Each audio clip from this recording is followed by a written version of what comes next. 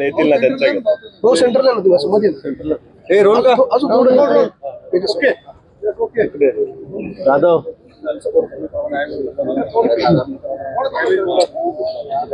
भाऊ झाडं तोडायला विरोध होत होता, आज आपण प्रत्यक्ष पाहणी केली, काय निदर्शन?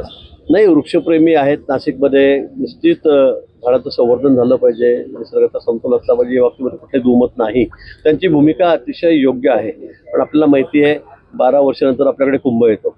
त्याला देशाचं नाही तर संपूर्ण जगाचं लक्ष हे या कुंभमेळ्याकडे आहे. प्रयागराजला जी गर्दी झाली त्या धर्तीवर आपण बघितलं तर गेल्या वेळीपेक्षा तिप्पट चौपट गर्दी ज्या वेळेला कुंभमेळ्यामध्ये होणार आहे. म्हणून इथे ही जी जागा आहे पंचवटीमधली, इथे साधुग्राम आहे, ते साधूंचा सगळा निवास असतो.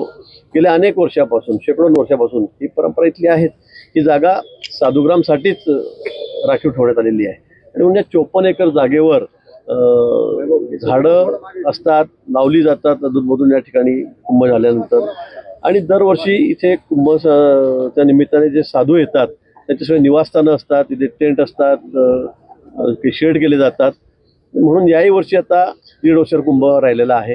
आणि म्हणून गर्दी बघता येणारे सगळे साधू आहेत, भाविक आहेत, संख्या मोठी राहणार आहे. आणि म्हणून त्यांची व्यवस्था ही करावी लागेल.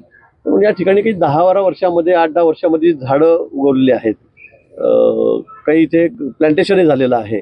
मला वाटतं की आता छोटी झाडं आहेत जी 10 वर्षाच्या आतली आहेत, जी नंतर लावली गेलेली आहेत, ते काढावी लागतील. त्याच्यामध्ये बाबुळची झाडं आहेत, अजून दुसरे काशीची झाडं आहेत, काही रेंट्री आहेत, ते सुद्धा या ठिकाणी उगवलेले आहेत. मला वाटतं ते काढल्याशिवाय इथे साधूंची व्यवस्था, महत्त्वाची व्यवस्था होऊ शकणार नाही. आणि हे करणं अपरिहार्य आहे. म्हणून काही जी झाडं आहेत 10 वर्षाच्या आतली आहेत, काही जी फॉरेन प्रजातीची आहेत, त्यामुळे ती आपल्याला काढावी लागतील. आणि ती काढण्यासंदर्भामध्ये आता कामही सुरू झालेलं आहे. प्राधिकरण जे आहे त्याच्यामध्ये त्या ठिकाणी तशा पद्धतीने प्रस्ताव दिलेला आहे महापालिकेकडून. आणि त्याची बैठक होईल, त्याच्यावर सजेशन ऑब्जेक्शन आम्ही मागवलेलं आहे. ते सगळं ऐकून जे आवश्यक आहेत, जी काढावी लागतील ती झाडं मी काढू. पण ही झाडं काढत असताना ज्या झाडांना वाचवता येईल, पुन्हा त्यांना दुसरीकडे त्याला लावता येईल, अशा पद्धतीने सुद्धा आमच्याकडे कमी योजना आखलेली आहे. ते सुद्धा आम्ही त्या ठिकाणी करू. पण एक झाड जर गेलं तर 10 झाडं त्या बदल्यामध्ये, सगळी मोठी झाडं, अशी नाही की छोटी झाडं लावली पुढच्या वर्षी आली का नाही गेली, तसं होणार नाही. एका झाडाच्या बदल्यामध्ये 10 झाडं. इथे फाशीचा डोंगर आहे, इथे अजून पेठ रोडला जागा आहे आमच्याकडे, मोठी जागा आहे की त्यामध्ये हजारो झाडं आम्ही लावू शकतो. त्याची सुद्धा जबाबदारी आम्ही घेतलेली आहे, आमच्या मनपाने घेतलेली आहे. आणि म्हणून मला असं वाटतं की या संदर्भामध्ये सगळ्यांचं ऐकून आम्ही पुढची कारवाई या ठिकाणी करू. पण कुठेही निसर्गाचा ऱ्हास होईल, कुणालाही निसर्गप्रेमींना फार वाईट वाटेल असं या ठिकाणी आम्ही करणार नाही. पण कुंभमेळ्याच्या निमित्ताने हे साधुग्रामची जागा आहे, तिथे साधूंची व्यवस्था आपल्याला करावीच लागेल. आणि त्याचा दुसरा पर्याय आपल्याकडे नाहीच आहे.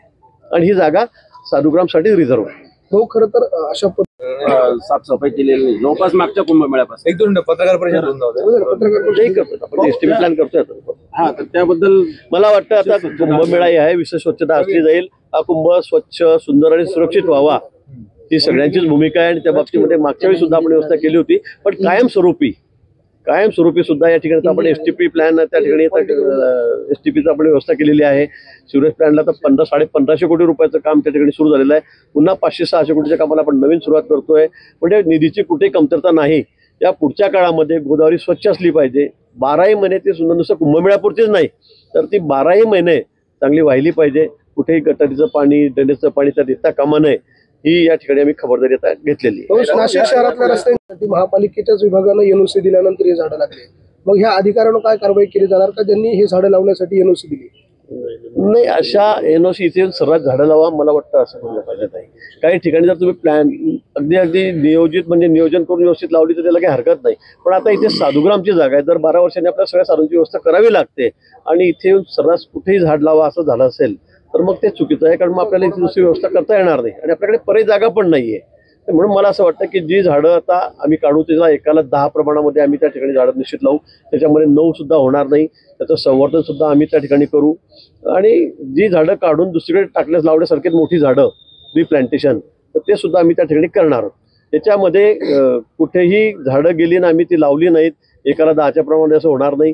जी शक्य आहे ती झाडं पुन्हा आम्ही या ठिकाणी काढून, खालून अगदी काढून ती पुन्हा दुसरीकडे त्या ठिकाणी लावू आणि ती जगवण्याची जबाबदारी सुद्धा आमची राहील. पण या आधीचा अनुभव असा आहे की आमदारांनी मुख्यमंत्र्यांकडून या संदर्भात लेखी तक्रार केलेली आहे आणि हा सगळा अनागोंदी कारभार जो सुरू आहे त्याच्याबाबत त्या तक्रारीत उल्लेख आहे. मला वाटतं आपणही बघतायत किती वार लेवलवर पावसात सुद्धा आपण खड्डे बुजवायचं काम या ठिकाणी केलं.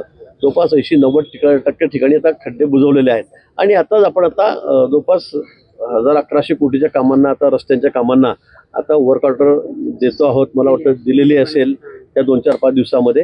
त्या कामाला आता आम्ही तात्काळ सुरुवात करू. आम्हाला अतिशय वार लेवलवर हे रस्ते आणि त्याच्यामध्ये व्हाईट टॉपिंग पण आहेत. म्हणजे आता डांबरी रस्ते आहेत, वारंवार खड्डे पडत आहेत, असंही होणार नाही. आम्ही ते व्हाईट टॉपिंग घेतलेले आहेत, सिमेंटचे घेतलेले आहेत. त्यामुळे यापुढे अशी तक्रार येणारच नाही की रस्ते डांबर वाहून गेलं, पाऊस झाला, अतिवृष्टी झाली. त्यामुळे मला असं वाटतं मुख्यमंत्री मोदींनी हीच भूमिका घेतली आहे की रस्ते कायमस्वरूपी टिकतील असे या ठिकाणी करावे आणि त्याचं टेंडर निघालेलं, वर्कआउट झालेले आहे. येत्या 8-10 दिवसामध्ये हे कामं आपल्याला सुरू झालेल्या या ठिकाणी दिसतील. थोडीशी गैरसोय सुद्धा नाशिककरांची होईल काही दिवसांसाठी.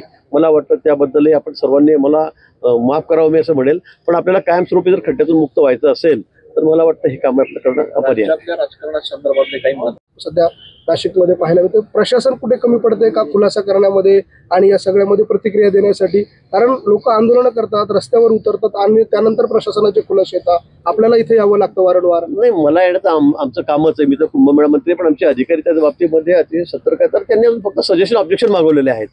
हे तर करावं लागेल ना.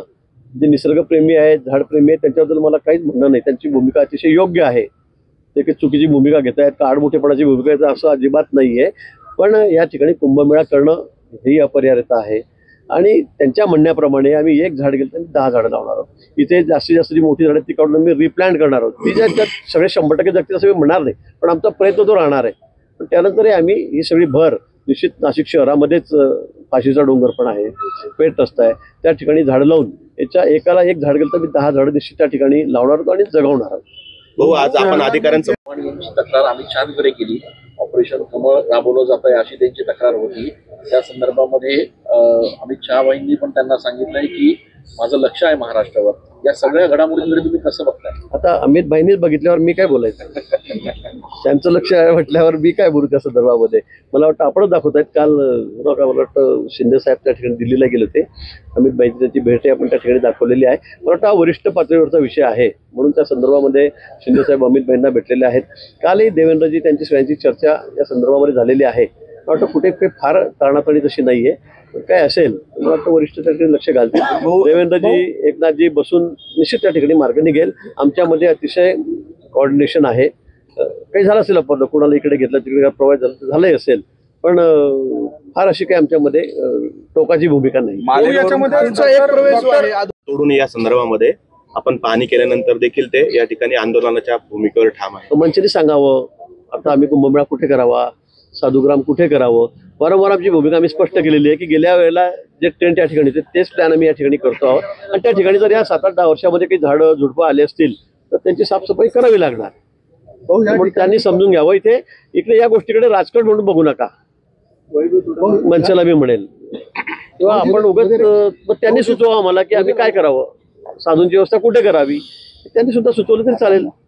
हो, या ठिकाणी फक्त एवढंच मागणी होती त्यांची की एन्व्हायरमेंट क्लिअरन्स घेण्यात यावा, आम्हाला विश्वासात घेण्यात यावा. तसं झालेलं नाही. आता दावा पर्यावरण प्रेमींचा आहे. मला अजून समजतच नाही. अजून आम्ही फक्त महापालिकेने आता आम्ही प्राधिकरणाकडे आम्ही जात आहोत, वृक्ष प्राधिकरणाकडे. त्यांच्यामध्ये चर्चा होईल, त्यांच्यामध्ये बोललं जाईल, सजेशन ऑब्जेक्शन होतील आणि नंतर हा विषय ठरेल ना. आम्ही काय तर लगेच आलो आणि आधी घेऊन लगेच आता कापायला बसलो मशीनवर पटपट, असं नाही आहे ना. याच्यामध्ये जी प्रोसिजर आहे ती पूर्ण आम्ही फॉलो करतो आहोत. जे नियम आहेत ते आम्ही सगळे फॉलो करतो आणि त्या पद्धतीने आम्ही या ठिकाणी जी अनावश्यक झाडं आहेत, जी काही बाबुळची झाडं आहेत, अशी काही झाडं आहेत जी अनवॉन्टेड आहेत, जी फॉरेन ट्री आहेत, रेन ट्री आहेत, छोटी झुडपं आहेत, ती आम्हाला या ठिकाणी काढावी लागतात. भाऊ, संभाजीनगरचा एक विषय आहे शिवकालीन नाशिक शहरामधली काही झाडं आहेत. मी सगळ्या निसर्गप्रेमींना सुद्धा विनंती करेल, काही झाडं आहेत ते फार त्याची संख्या नाही, किती असतील मला वाटतं अगदी रस्त्याच्या मधोमध आहेत आणि अशा बाजूला आहेत की त्याच्यामध्ये आतापर्यंत शेकडो ऍक्सिडेंट झाले आहेत आणि लोकांना प्राण गमवावे लागले.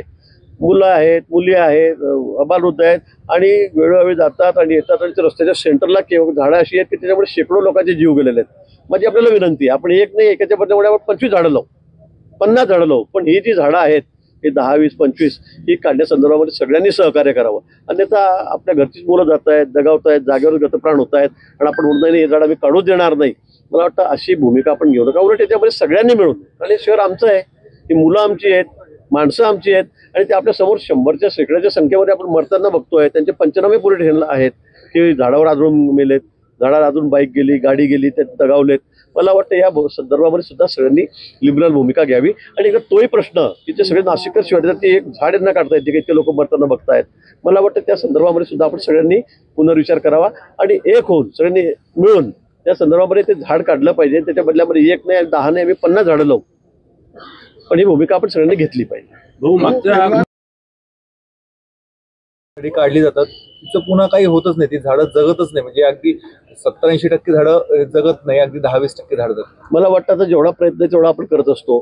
आता काही झाडं त्यातली मरत असतील की असं म्हणणार नाही की 100% जगतात म्हणून, पण त्याच्या बदल्यामध्ये एकाला 10 हायवेला पण तोच नियम आहे, सगळ्या रस्त्यांना तोच नियम आहे की बाबा ही झाडं तुम्ही दुसरीकडे लावा आणि जगवा. आणि मला वाटतं ती मोठ्या प्रमाणात जशी त्याची निगा राखली जाते, त्याच्याकडे लक्षही प्रशासनाचं त्या ठिकाणी असतं. आता आपण माहिती घेतली भाऊ, एकूण झाडं किती काढावे लागणार आहेत, म्हणजे त्याचं काही फिगर्स वगैरे? आता अजून तशी सांगितलेले म्हणजे आम्ही जे निरीक्षण केलेलं आहे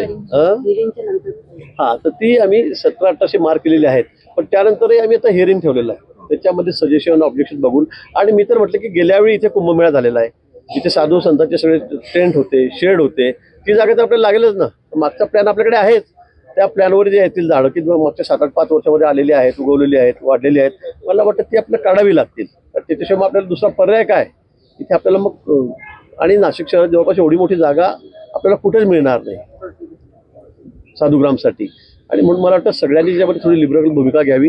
निश्चित आम्ही प्रशासनाने या भूमिकेमध्येच आहे. आपल्याला केंद्र शासन असेल, मान्य मोदीजी असतील, देवेंद्रजी असतील, आमचे सगळ्यांची भूमिका हीच आहे की झाडं अधिक लागली पाहिजे, ती वाढली पाहिजे, निसर्गाचं संवर्धन झालं पाहिजे.